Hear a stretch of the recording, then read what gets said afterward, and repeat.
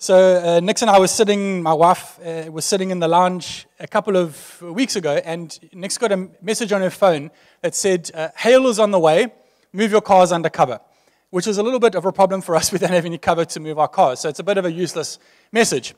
Thankfully, the hail never arrived, but what happens is that insurance companies have done a cost-benefit analysis, and they've worked out it's cheaper for them to send 1,000,000 SMSs in case hail's coming than to fix 1,000 cars. It's cheaper for them to do that, right? Companies identify and we do this ourselves also, we identify the need. If something is tragic is going to happen, something big and catastrophic, we want to do what we can to avoid that, anything that we can, right? That's why Discovery pays half of your gym membership fees, because they'd rather pay half your gym membership fees than your whole hospital bill. They'd rather do that, right? It's a cost-benefit analysis. If we can have the information, there's a tragedy coming, there's something big and catastrophic coming, we want to have the knowledge that it is coming, and then we want to know what to do about it. There's hail coming, put your car under cover. That's the best news we can get. The best news. That's the good news. Actually, it's the good news of the gospel. That is the good news of the gospel. And last week we started a series called Resilience, looking at the end of the world. And again, I know that as soon as I say the words end of the world, there's some people who picture a zombie apocalypse. There's other people who picture a bunker filled with baked beans and rooibos and cockroaches. And some people would think it's scare tactics or fiction, something that's not going to take place. I get all of that. And I'm not here today to convince you of something that you don't believe. But I'm here today to say, can we read our Bibles together? Can we look at the signs of the times together? And then can you arrive at a conviction? And then when you've got a conviction, act with faith on that conviction. So if you're convicted that this is not the end of times, that's fine. Act with faith on that conviction. But if you're convicted that it is, then you need to act with faith on that conviction. And so I'm not trying to tell you what your conviction must be. You need to find a conviction by faith through the scriptures, by looking at the times, and then act upon it. That's all we're trying to do today. So last week we spoke about some of the signs of the times and some of the preparation that we need to do. We said some of the sign of the times out of Matthew 24, out of Matthew 10. So firstly, Jesus says, his disciples said to him, what must take place? And he says, all must hear. Everybody needs to have the gospel preached to them. And we know that worst case scenario, the projections are saying by the middle of next year, as a worst case scenario, there will be no more unreached people groups in the world. Every single people group would have had access to the gospel by the end of next year, by the middle of next year, as a worst case scenario. Again, that's not the only sign, but it's quite a big marker. We said that labor pains will increase, and as you get closer from the onset of labor, as the birth gets closer, your labor pains get more frequent and more intense, so I'm told. You get more frequent and more intense. And so since Jesus' days, wars, rumors of wars, floods, earthquakes, pandemics, since then. But as Jesus says, that's the beginning of birth pains. As the birth nears closer, that they get more frequent and more intense. And so that the period between them is shorter. And Jesus says, you will be hated. You will increasingly be hated because of me. We live in a society that wants to tell us and wants us to acknowledge that the individual is the center around which everything revolves. And as Christians, we get hated by the world because we say the individual is not the center around which everything revolves. Jesus is. I want to say resolves every time there, but it's revolves. Last week we said that one of the preparations that we need to make is that we need to increase in love. So before Jesus says to his disciples, you will be increasingly hated, before he says that, he says to them, you need to love your enemies and you need to bless those who curse you. And then he says, by the way, you will be increasingly hated. What he's saying is, you need to be increasingly loving.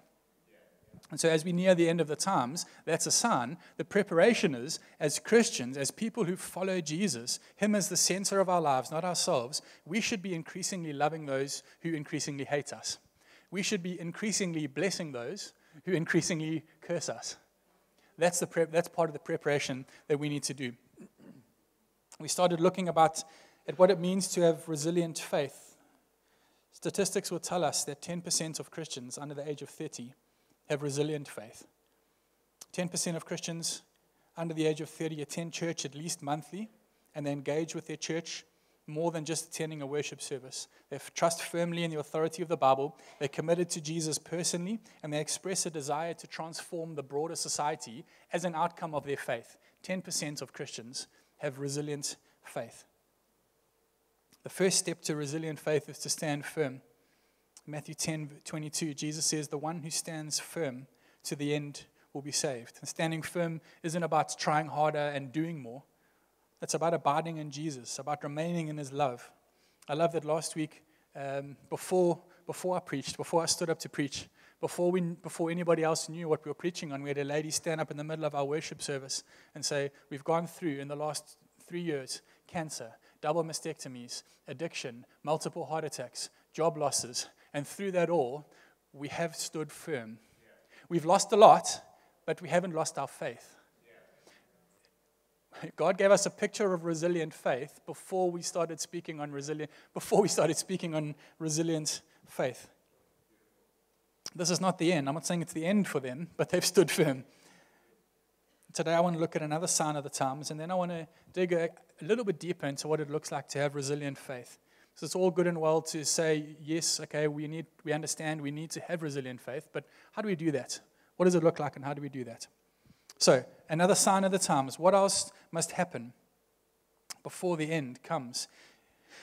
It's a great falling away. Jesus says in Matthew 24, verse 10, "At that time, many will turn away from the faith. Many will turn away from the faith. They'll betray and hate each other, and many false prophets will appear and deceive many people." There's a lot of many's there. Many will fall from the faith. Many false prophets will come, and they'll deceive many people.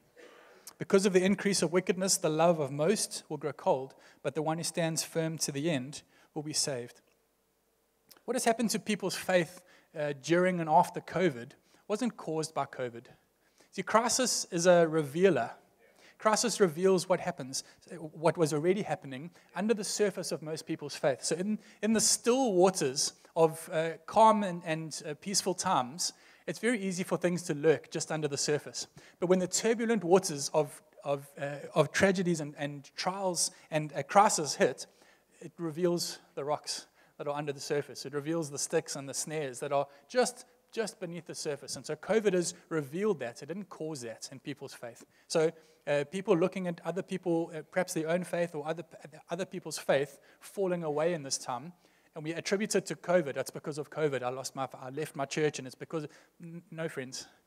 It wasn't the cause. All it did was reveal what was already there. Have you looked at the state of your own faith over the last little while and thought, what has happened? I thought my faith was stronger than this. Have you looked at others and thought, I thought that the faith of some of the Christians that I went to church with was stronger than this? Have you looked at that recently? Paul writes in 2 Thessalonians chapter 2, he says, "Let no one deceive you, but that day will not come unless the falling away happens first." That day will not come unless the falling away happens first. The Greek word that's translated as falling away here is the word apostasia. It means apostasy, means departing or divorce. This isn't a time when people will go around declaring, "I hate God, I hate Jesus." We're not going to be having Jesus must fall marches going down Broadway. That's not what it looks like. But what we will see is what we're currently seeing. People turning away from God in great numbers. The great falling away. It used to be a small occurrence. There was a famous preacher here and a big name worship leader there. And then there was a friend that you used to be in life group with. And then it was 2 friends that you used to know in the church who suddenly disappeared. Many of these people didn't announce that they were atheist or agnostic or Muslim. They simply just departed. They simply just abandoned their faith. They fell away. The word abandon gives us the image of a person picking up a water bottle and carrying it with them on the hike, and then deciding that the water bottle is a burden. It's heavy. It's something they're getting tired in the hike, and so the water bottle it's heavy. You don't want to carry it anymore, and so you put it down, and you don't leave it where you left it. You walk a little way with it, and then it becomes heavy, and so you put it down, and you walk away from it. You abandon it where you left it. And the problem is that the hike that we're going on is a hike through the desert. And people have abandoned their water bottles because they're too heavy to carry. Giving up your faith is like abandoning a water bottle in a desert because it's too heavy to carry. It's like walking through the deserts and your tired legs begin to throb with pain. And so you think to deal with this pain, I need to cut off my legs because they're the cause of my pain. If I could just cut off my throbbing, sore, painful legs walking through this desert, then I wouldn't be in any more pain. Friends, I don't want to in any way minimize disappointments and hurt and heartache. I know that many people abandon their faith because of some of these things. My only point is that abandonment isn't a way to minimize the pain. It relieves us of the burden of carrying a water bottle, and it also leaves us dying of dehydration in the middle of a desert. God can handle your anger. He can handle your frustration. He can handle your pain. He can even handle your doubt. He can handle your hard questions. He can handle you wrestling with your faith. Abandoning your faith is abandoning your only way, your only hope of getting out of heartache. If you're here today and struggling with your faith, I want to encourage you to speak to somebody. Speak to a life group leader. If you're not in a life group, come and speak to a pastor. We want to help you to make sense. We want to help you. Perhaps we won't have answers to all your questions, but perhaps we can give you a little bit of clarity. Perhaps we can help you on your journey of wrestling and understanding. But please, friends, please, don't abandon your faith. You can doubt, you can wrestle, you can question, all of those things. Fun. Don't abandon your faith. When Jesus is speaking to his disciples in Matthew 24, and they're talking about some of the signs of the times, in verse 6, he says, these are the signs and this and this and this and this, and then he says, but don't panic. He says, see to it that you're not alarmed. Don't be troubled. Stay calm. The Nacho Libre translation says, take it easy. He says to his disciples, take it easy. Stay calm. Remain calm. If you don't know anything else, if you don't have any other information, don't be alarmed. Stay calm. Don't panic. People go through years and years and years and years of training just to remain calm in the most hectic of situations. Soldiers, doctors, paramedics, teachers, policemen, firemen, parents. The most hectic of situations, remain calm. People go through years and years and years of training just to remain calm because Jesus knows that in the most hectic of situations, if you can remain calm, you have a much better chance of making a rational decision, of making a good decision. When you're panicking and losing your head, the beautiful thing about this is that Jesus warns us that it's coming ahead of time. He says, these are the signs. This is going to happen, but don't panic. Take it easy. Nix and I had 3 boys, and then we were beginning to have we're having the talks. Should we have a 4th? Is this it? So are we done? Should we have a 4th or not? And then the church that we were a part of at the time had a lady who was there teaching and prophesying the one night. And she looked at me. I was sitting close to the front, and she looked at me and said, do you have children? So I said, yes. She said, do you have twins? So I said, no. So she said to me, God says, buy a bigger car because you're going to have twins. So I said, no thanks. Everybody had a laugh. It was a big joke. That's the end of it. And we moved on. A couple of months later, we fell pregnant. A month after that, twins. And we thought that having 3 kids under the age of 3, we kind of knew what we were doing. This would not really be a problem for us. We got this, right? Fast forward to the first night home with twins, and we quickly realized twins can bounce off each other quite easily. So it's between feeding, burping, changing and cleaning, and putting to bed, if there's 2 of them, they can alternate, which means 12 hours solid can just be kids very easily, right? And I can remember vividly the first night that we came home with twins, and I woke up from something that wasn't sleep, lying on the floor. I don't know what it was, but it wasn't. I know what it wasn't. Lying on the floor of the twins' room, and I looked up at Nix, and she was sitting in the armchair above me. She still had one of the twins with her. She was also not sleeping, but not awake, holding one of the babies. I looked up at her, and all I can remember saying is, "What have we done?"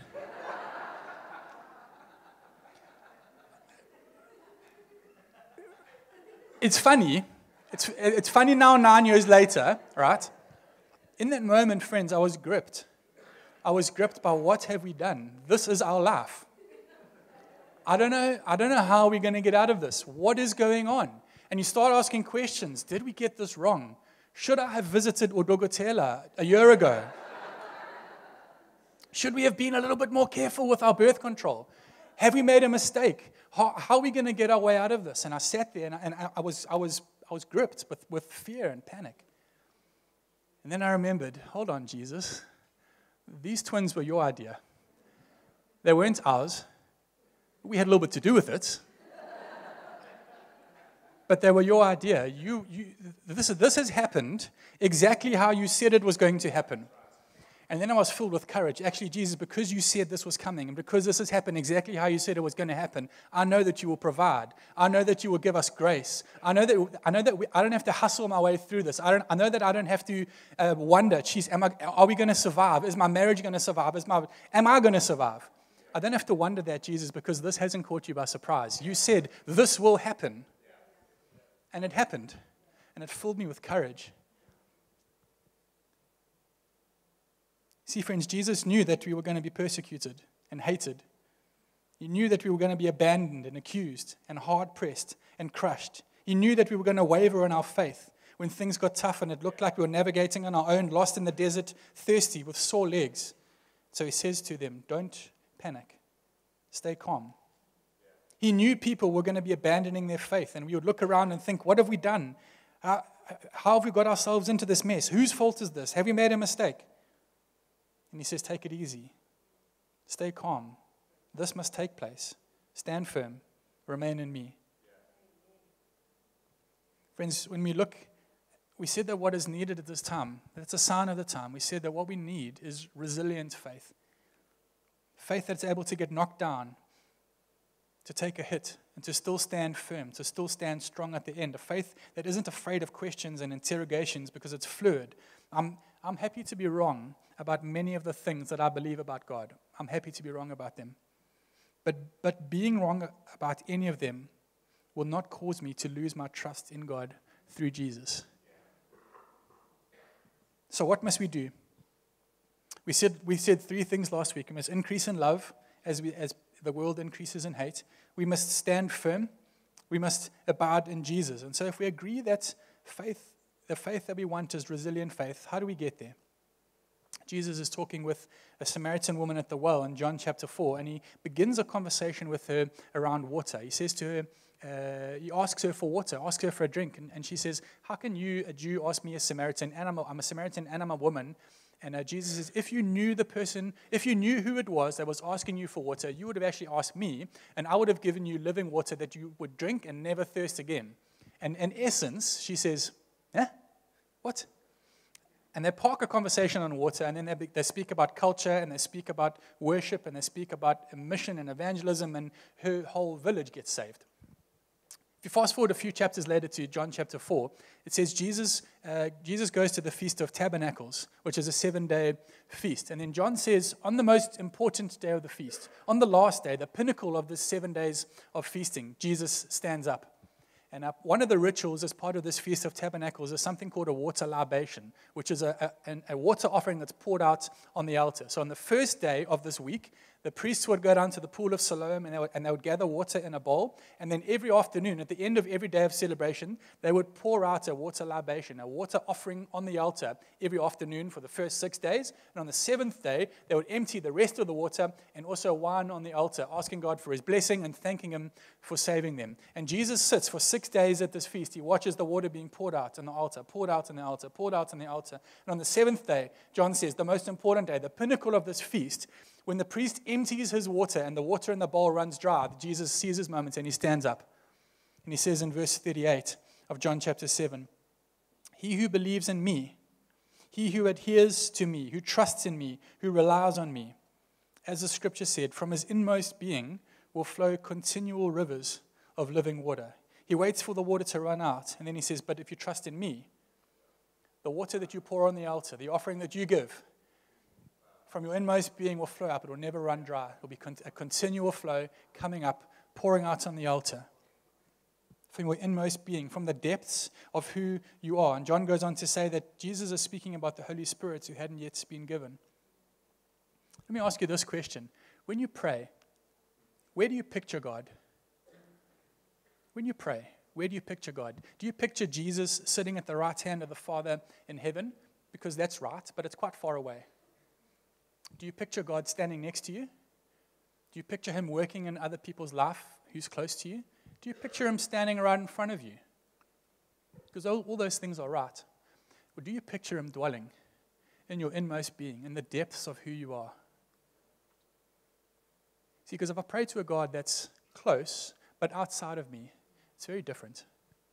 And if I pray to a God who dwells in the depths, in my inmost being, Jesus says, from your inmost being, rivers of living water will flow. I think one of the reasons that so many people don't drink from this water, from the depths of their being, that never lets them thirst again, that never runs dry, is that we don't spend enough time in the depths of our being. Some people have never been there. See, every human is a deep well, but too many people exist only near the surface of their own existence. Every one of us is a deep well, but too many of us exist at the surface of our own existence. A friend of mine put in a well point at his house a few weeks ago, and so he came to me excited, I'm putting in a well point. So I corrected him, you mean a borehole? And he re-corrected me, no, a well point. So I said, what's the difference? He said, no, the water table at my house is quite high, and so I don't need to bore down. I can just put in a well point, which is good news for him because it's a lot cheaper, it's a lot quicker, and it's a lot easier to put in. He doesn't have to drill very deep. For a borehole, you need to drill a lot deeper. The problem for so many people is that we settle for well point water that lives in our lives.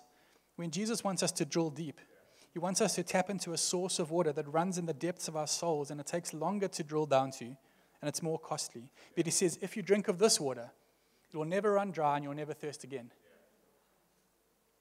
So for the purposes of this illustration today, we're going to break the human being into three parts of being: the shallows, the midlands, and the depths. The shallows of our lives is where distraction lives, where we worry about traffic and social media, and we worry about our friends' opinions and sports results. That's all we'll say about it. But you get the picture. What we need to understand is that the madness, the instability, and the distraction of this world is designed. It's designed to keep us in the shallows. It's designed to keep us distracted. The shallows are a place where we drink salty, brackish water that never satisfies our thirst. Have you ever taken a sip of salty water? A couple of my friends have, not by their own choice. Just by virtue of the fact that they're friends with me. So when you drink salty water, you're drinking, but you end up more thirsty. You're doing the act of drinking, but you still end up thirsty, in fact, more thirsty at the end of the day. Some of you have even checked out in the few minutes that I've been speaking about the shallows. Our thoughts drift, and they wander and squirrel. We live in the shallows of distraction. We need to recognize that this is not by chance. This is by a coordinated plan. The enemy has planned for you to stay distracted in the shallows because he wants to keep you constantly drinking salty, brackish water that is not life-giving, that leaves you thirsty and actually more dehydrated than when you started. Remember we said it's quicker, it's cheaper, it's easier to not dig deep. And so we don't want to deeply invest into our spiritual beings. And so we settle for the shallow waters. We only ever exist there. Is there a 5-minute version? I don't want to watch the 20-minute version. Can I listen to your sermon on 2x speed so that I don't have to sit through 20 minutes, I can sit through 10? Jesus, would you hurry up? Maybe it's me. Maybe it's only me. Jesus, would you hurry up and just give me so I can move on to something else? Friends, if we want resilient faith, our spiritual lives have to descend from the shallows of distraction into the midlands. The midlands is where our cares and our worries live. This is as deep as most people go. They descend from the shallows, but there's scary things a little bit deeper, and they don't like it. Have you ever swum in a dam? Or swam? Swimmed? Have you swimmed in a dam? See, the shallows is muddy. It's a bit slippy, but it's muddy. That's all right. You can throw mud and have fun. The deep blue is fine. It's clear. The worst part of swimming in a dam is the Midlands. The part getting from the shallows to the deep blue. Why? Because there's things there. There's grass, there's reeds, there's little branches, and it feels like something's going to reach up and grab your leg. It gives me the thrills just talking about it, to be honest. So you walk slowly through the shallows, and in the Midlands, swim as fast as you can because you want to get to the deep, clear water where you're not going to be tickled by something. We spend so much time in the Midlands of our spiritual life that we get quite easily overwhelmed by our cares and our worries and our fears. Finances, our relationships, our deep needs, our anxieties and fears, our children, our businesses, our school, our varsity work. And it feels like as you descend into the Midlands, that they're all waiting there for you and they overwhelm you. So we go back to the shallows, to the water that never satisfies and quickly runs out. In 1 Peter chapter 5, Peter says, cast all of your anxieties on Jesus because he cares for you. He says, some other translation says, your burdens, your cares, your worries. Peter says, in the Midlands of your being, in the Midlands of your soul, in that place where the reeds and your fears and your cares lurk, in that place, give those cares and those burdens to Jesus because he cares for you. So a spiritual practice that I've started about 18 months ago that I found incredibly helpful. I found a quiet spot. I slowed my breathing. I close my eyes. I leave my phone in another room. I shut out distraction. And I begin to name my worries. I begin to name my burdens, my anxieties, and my fears. And as I name them, I give them to Jesus because he cares for me. Jesus, I give you this person. I give you this situation. Jesus, I give you this relationship. See, in the Midlands, and because that's as deep as most people end up going into the Midlands where their cares and worries live, that's also where self-medication lives. If you want to practice self-care and not self-medication, you need to push through to the depths. But because most people only, the deepest we go is to the Midlands, we end up being a people that practice self-medication and not self-care. And so we become reliant on medication to exist. And there's 50 different types of self-medication, all of which will never satisfy us like self-care in the depths will. It's possible for you to have short-term resilience in the Midlands. Some people even manage to stand firm in their faith in the Midlands, never descending any deeper. But what happens is they exist with their faith, and they also exist with all of their anxieties and fears and failures and burdens, and they coexist. Do you wake in the middle of the night? Do you wake in the morning? And it seems like your fears and your burdens are sitting on the bottom of your bed waiting for you to wake so that they can pounce on you like a 350-kilogram gorilla and sit on you and sit on your shoulders and sink their twisted claws into your mind and into your heart and begin to wear you down hour by hour, day after day, year after year. I know those type of burdens. Jesus knows those type of burdens. I've sat underneath them. I still sometimes do. When I quiet myself for a few moments out of the distraction of the shallows, that's where those burdens become most evident. They wear on me constantly, but it's in the Midlands that I'm acutely aware of them. Why don't you just give them to Jesus? I give them to Jesus over and over and over again. Every time I descend into the Midlands of my being, I find the same burden lurking there. I give it to him again. And I don't leave that place until I find a release from it. And as I keep giving it to him, as I keep naming my cares, naming my burdens, I find that over time, they stop lurking in the Midlands of my being. The problem isn't always solved, but the burden's released. The situation hasn't always finished playing out, but the burden is released. I'm no longer burdened by it. I no longer sit under the weight of it. But don't stop there. As you've lingered in the Midlands, as you've given your cares to Jesus, as you've released your fears and anxieties, you need to descend to the depths. Friends, the secret of resilience is tapping deep. But only if you're a follower of Jesus, only if his Holy Spirit is living in you. Otherwise, your depths is filled with confusion, disorder, and chaos, the spirit of the age. This isn't a look within yourself message. This is a find Jesus in the place where he's living message. California currently has quite a big problem. They are running and about to run out of water. And so what they're doing to solve that is they're drilling deep into the ocean floor looking for water. So here's a quick little biology detour. No, not biology. What's this? Natural science. Geography. I don't know what. School. It's school. Sunday school. So here's what happened. During the Ice Age, massive sheets of ice melted and have formed aquifers deep beneath the ocean floor that have been sitting there for thousands of years since the last Ice Age. And some of them are deep enough that they begin to get heated by the Earth's core. And so they rise.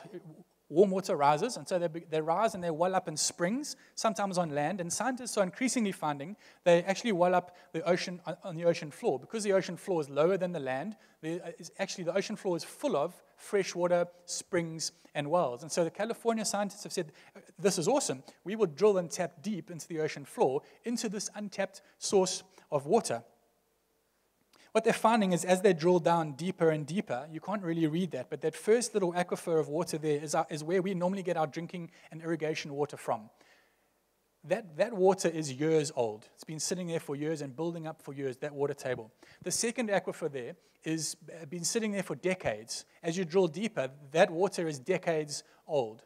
Both of those have run dry in California. So they're now drilling and tapping into the lowest well, which has been sitting there for thousands of years, and they've celebrated, we've solved the water crisis. So the problem is, for thousands of years, that has underpinned the entire water table.